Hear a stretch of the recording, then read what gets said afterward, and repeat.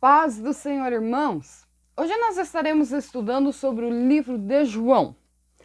O Evangelho segundo João é diferente dos outros evangelhos, Mateus, Marcos e Lucas. Nesses livros há muitos milagres e palavras de Jesus. Em João encontramos 7 milagres que são chamados de sinais e alguns discursos que se desenvolvem lentamente repetindo sempre os mesmos temas-chave. João seguiu um caminho diferente, seu evangelho é uma espécie de meditação que procura aprofundar e mostrar o conteúdo desses ensinamentos existentes em sua comunidade, mas de modo peculiar. Seu evangelho viva despertar e alimentar a fé em Jesus Cristo. Lembre-se que nós tínhamos os grupos divididos nessa época. O grupo que cria em Jesus e o que rejeitava Jesus como Messias. Então, João está tentando despertar nas pessoas a fé em Jesus Cristo para que elas possam compreender que ele é, sim, o Messias. Para João, Jesus é o enviado de Deus, aquele que revela o Pai aos homens.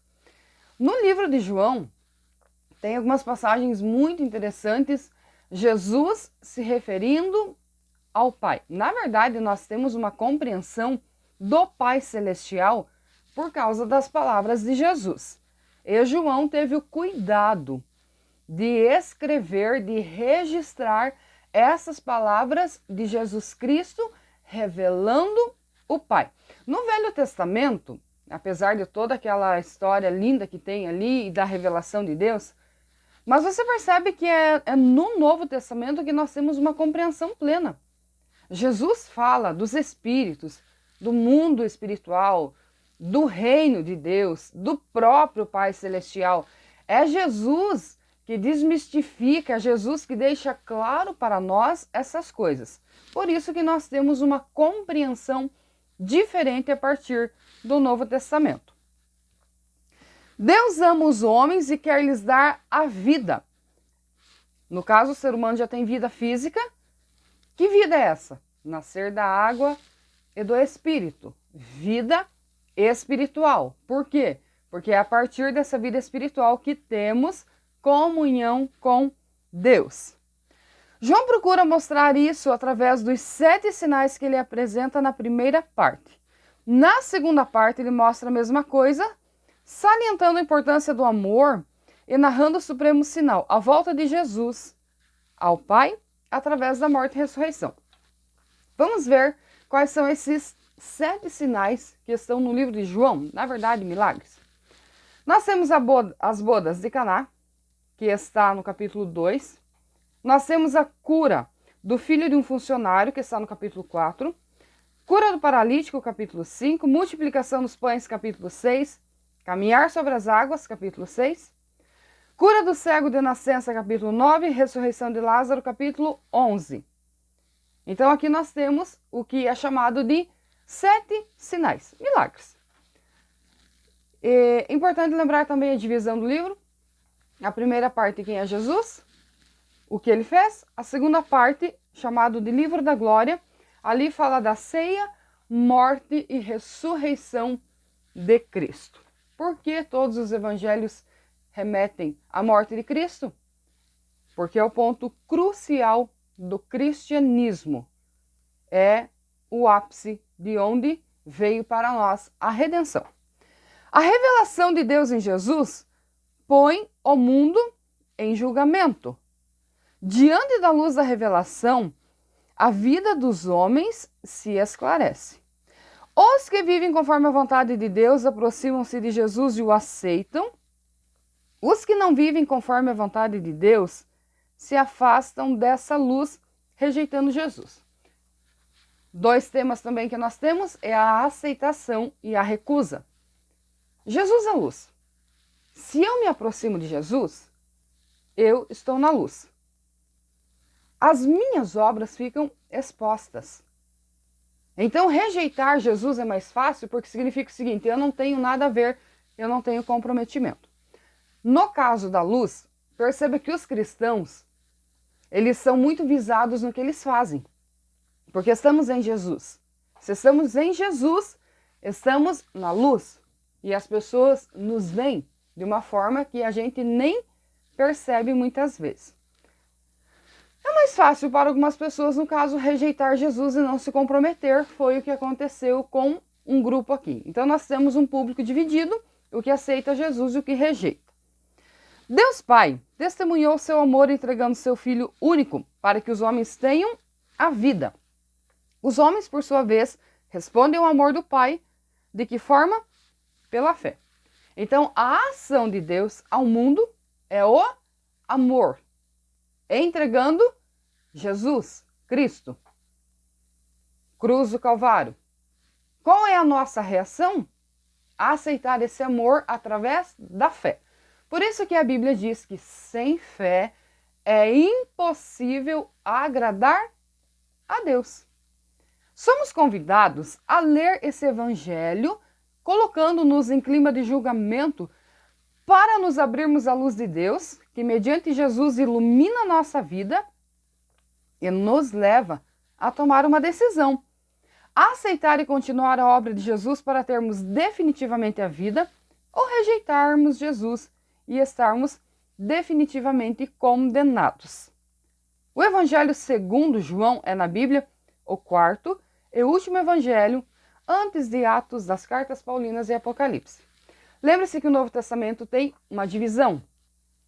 Evangelho, depois nós temos Atos, que é histórico, aí nós temos as cartas e por fim nós temos Apocalipse, que é revelação. Autor e data do Evangelho de João. O nome João significa Jeová é gracioso. O discípulo era Galileu, filho de Zebedeu, provinha de um lar abastado. Seu pai tinha empregados para auxiliá-lo no seu ofício de pescador. Isso está em Marcos 1:20. Mas apesar disso, era um homem de hábitos simples que desfrutava de grande respeito de todos, inclusive os inimigos. Mateus 14:5. Quanto ao Evangelho segundo João, sua autoria é tradicionalmente atribuída ao discípulo amado, irmão de Tiago. Foi escrito aproximadamente entre os anos 85 e 90 depois de Cristo, tendo sido cronologicamente o último dos evangelhos a ser escrito. Lembrando que os discípulos morreram assassinados. E João, pelo que se compreende, teve morte natural. Morreu de velhice mesmo. É importante lembrar que em nenhum momento o evangelho distingue o discípulo amado por nome, nem tampouco aponta como sendo o apóstolo João. E se na última ceia só estiverem presentes os 12, obviamente o discípulo amado teria de ser um deles.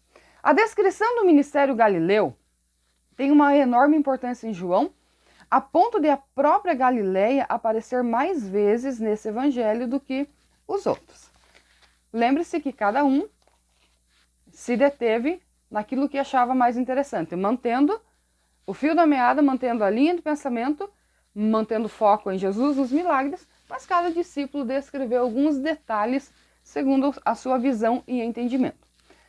Cafarnaum recebe uma ênfase muito especial, em contraste com o que os outros evangelhos designam o lugar de origem de Jesus. A própria sinagoga de Cafarnaum é mencionada mais vezes nesse do que nos outros evangelhos.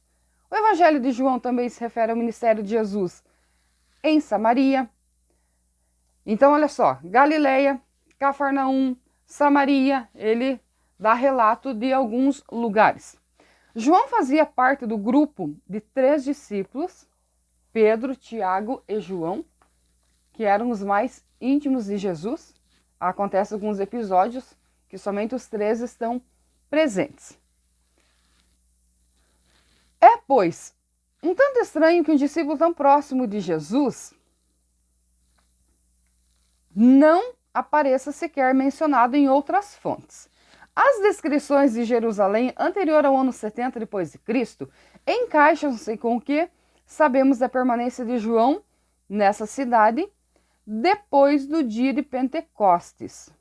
De fato, os dados fornecidos por Atos 1 e 13, 8 e 25 e por Paulo Gálatas 2, do 1 ao 10, indicam que João estava na cidade antes do ano 50 depois de Cristo. Para compreender, você também não pode ler só um livro, você tem que ler todos, o Novo Testamento inteiro. Entender quem era contemporâneo de quem viveu com quem, em que época estava em tal lugar, em tal cidade, enfim. Então nós entendemos aqui que João estava na cidade antes do ano 50 depois de Cristo. Qual cidade? Jerusalém. João é um dos dirigentes cristãos que teve contato com a diáspora. O que é diáspora? Dispersão dos judeus. Assim como Pedro e Tiago. Isso está registrado em Tiago 1:1, 1 Pedro 1:1, João 7:35, 1 Coríntios 9:5. O que se enquadraria com algumas das notícias contidas em fontes cristãs posteriores e em relação ao quarto evangelho. O Evangelho segundo João procede de uma testemunha que se apresenta como ocular. Ver. João foi alguém que viu, não apenas ouviu e escreveu. Ele viu os fatos. O vocabulário e estilo do quarto evangelho destaca uma pessoa cuja primeira língua era o aramaico e escrevia em grego correto, porém cheio de aramaísmo. Era alguém, então, que tinha educação, no caso, instrução. O pano de fundo social de João, o filho de Zebedeu, encaixa-se perfeitamente com o que se esperaria de um conhecido do sumo sacerdote. João 18,15. De fato, a mãe de Jesus era uma das mulheres que serviam a Jesus com seus bens. Isso está em Lucas 8:3. Como a mulher de Cusa, administrador das finanças de Herodes. Vamos agora ao conteúdo do livro de João. A maior parte dos relatos é inédita em relação aos outros evangelhos, o que sugere que o autor tivesse conhecimento do conteúdo deles ao escrever seu livro. Mais da metade desse evangelho é dedicada a eventos da vida de Jesus e suas palavras durante seus últimos dias. Qual é o seu propósito? Inspirar nos leitores a fé em Jesus Cristo como Filho de Deus, e o versículo que resume esse propósito é João 20:31. O objetivo de João: despertar a fé. Sem fé é impossível agradar a Deus. Então importa que aqueles que se aproximam de Jesus se aproximem em espírito e em verdade. Vamos conferir o que diz João no capítulo 20 e o versículo 31. Estes, porém, foram registrados para que creiais que Jesus Cristo é o Filho de Deus e para que, crendo, tenhais vida em seu nome. Aí se resume em tudo que Jesus falou e ensinou: eu sou o caminho, a verdade e a vida. Quer ter vida? Aceite Jesus. Aí algumas pessoas dizem: não, mas eu tenho vida. Não estou falando de vida física. Até porque esse corpo aqui, com a morte, acabou. Tudo que se refere à matéria. Mas vida espiritual, ressuscitar o espírito que está dentro de nós, alimentar a alma. E assim, posteriormente, quando morrer, estar para sempre com o Senhor Jesus. Para quem João escreve? Vou repetir. Mateus escreveu para os judeus, Marcos, romanos, Lucas, gregos. João, o quarto evangelho não especifica e nem faz menção aos prováveis destinatários. Podemos até deduzir que João escreveu esse texto para os cristãos de Éfeso. Alguns até acreditam que ele escreveu para a igreja de Éfeso. Quando você lê o livro de João, você percebe que a sua mensagem, o seu ensinamento, ele é universal. Eu acredito que João não tinha nenhuma intenção ali no momento, ou ainda que tenha escrevido para um público específico, mas o seu ensinamento é universal. Todos quantos creem no nome de Jesus serão salvos. O Evangelho de João diferencia-se dos sinóticos, em primeiro lugar por seu estilo. Dispõe o material de forma que desenha a figura de Jesus colocando em destaque que ele é o Messias, o Filho de Deus. Seu tema fundamental, portanto, é que Jesus é o enviado de Deus. Guarde isso. O objetivo de João é nos mostrar que Jesus é o Messias. Interessa-lhe destacar a pessoa de Jesus, sua missão, origem e destino, assim como a atitude dos homens diante dele. Uma coisa é a vida de Jesus, sua origem espiritual, sua origem como humano, seu ministério e o final da sua vida cumprindo o plano de salvação. Outro lado é a reação das pessoas a tudo isso que estava acontecendo. Quando você lê todos os evangelhos e presta atenção na conversa de Jesus com os grupos, os fariseus, os zelotes, todos os grupos ali, você percebe que eles não conseguem compreender a linguagem de Jesus, porque eles têm um conhecimento das escrituras, mas é um conhecimento mais superficial, vamos dizer assim. No entendimento deles não, é um entendimento profundo. Mas a ponto deles não reconhecer Jesus, não reconhecer o Messias. E você percebe que Jesus veio para todos porque pessoas simples, que nem tinham instrução, pela fé, pelo amor, conseguiram se conectar com Jesus e conseguiram entender que ele era o Messias. É impressionante. Até no relato da mulher, do poço, da água ali em Samaria, até você percebe que ela reconhece ele como Messias, ela entende. O quarto evangelho é uma obra complexa. Não é um simples relato dos milagres e ensinamento de Jesus ao povo, mas uma representação bem meditada de sua pessoa e doutrina, fruto de um esforço sustentado sob a direção do Espírito Santo. Não é por acaso que desde a antiguidade seu autor foi chamado de João, o teólogo. Entre as cartas, 3 são atribuídas a João. Apresentam tal parentesco literário e doutrinal com o Evangelho que é difícil não atribuí-las ao próprio autor, João o apóstolo. Depois nós temos lá 1 João, 2 João e tal. Discípulo amado, segundo os registros no Novo Testamento, João foi o apóstolo que seguiu Jesus na noite em que este foi preso, sendo corajoso a ponto de acompanhar o seu mestre até a morte de cruz. Você sabe que quando Jesus foi preso, houve um alvoroço ali.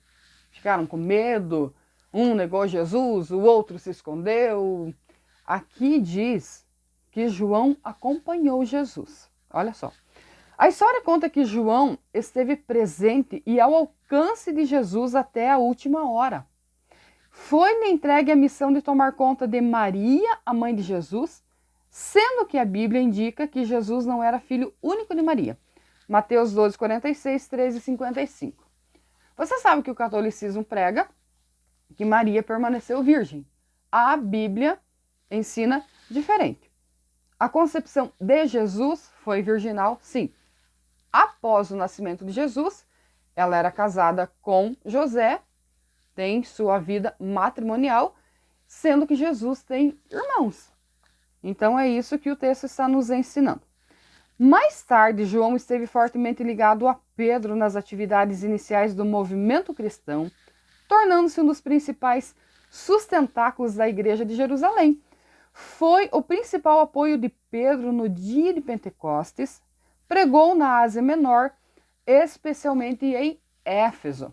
Então, eles pregavam em Jerusalém, mas também foram propagando o evangelho, e agora é mérito não só de João, mas de todos, porque todos foram pregando e foram enfrentando as retaliações. A missão. Depois da morte e martírio de Tiago, João teria se dirigido à Ásia Menor, onde dirigiu a importante e influente comunidade cristã de Éfeso, fundada por Paulo anos antes. Olha que lindo. Paulo foi, fundou, pregou, e depois você vê os outros apóstolos mantendo as igrejas, ensinando, orientando, enfim. É o mesmo trabalho que nós fazemos hoje. João esteve várias vezes na prisão, olha só. Foi torturado e exilado para a ilha de Patmos por um período de cerca de 4 anos, onde teria escrito o Apocalipse, até que o cruel imperador Domiciano foi assassinado e o imperador Nerva chegasse ao poder. Diz a história que ele foi lançado em um tacho de água fervente e não morreu. Então levaram ele para essa ilha, deixaram ele isolado para morrer, mas ao invés de morrer, ele teve a revelação do Apocalipse. Em Patmos, ilha a leste do mar Egeu, local onde escreveu seu exílio, João escreveu o livro de Apocalipse. João viajou muito, trabalhou incessantemente e depois de tornar-se dirigente das igrejas da Ásia, estabeleceu-se em Éfeso. Orientou o seu colaborador Natã na redação do chamado Evangelho segundo João em Éfeso, aproximadamente no ano 90 d.C. A morte. De todos os 12 apóstolos, João finalmente tornou-se o mais destacado teólogo. Morreu de morte natural em Éfeso no ano 103 d.C., quando tinha 94 anos. Então aqui nós temos o relato da vida desse homem. A gente lê o livro e partes históricas, parte revelação, e a gente fica extasiado com o conteúdo, mas aqui nós vimos como foi a sua vida. Todos eles têm uma origem, todos eles têm família, todos têm um chamado, desenvolveram seu ministério e nos deixaram um excelente legado. Ano de 2022, aqui estamos nós, aprendendo com o que esses homens deixaram para nós. E encerramos com a palavra-chave do livro de João: fé. Sem fé é impossível agradar a Deus, é bíblico. Permita que Jesus se torne alguém íntimo de você. Como que eu vou fazer isso? Primeiro, crer. O crer através da fé. Dando esse passo, você passará a conhecer o Deus revelado na Bíblia. Ainda que o resumo desses livros tenha mais cunho histórico do que o próprio conteúdo, eles nos deixam uma lição extraordinária de fé, de confiança e de vida com Deus. Que Deus te abençoe em nome de Jesus Cristo.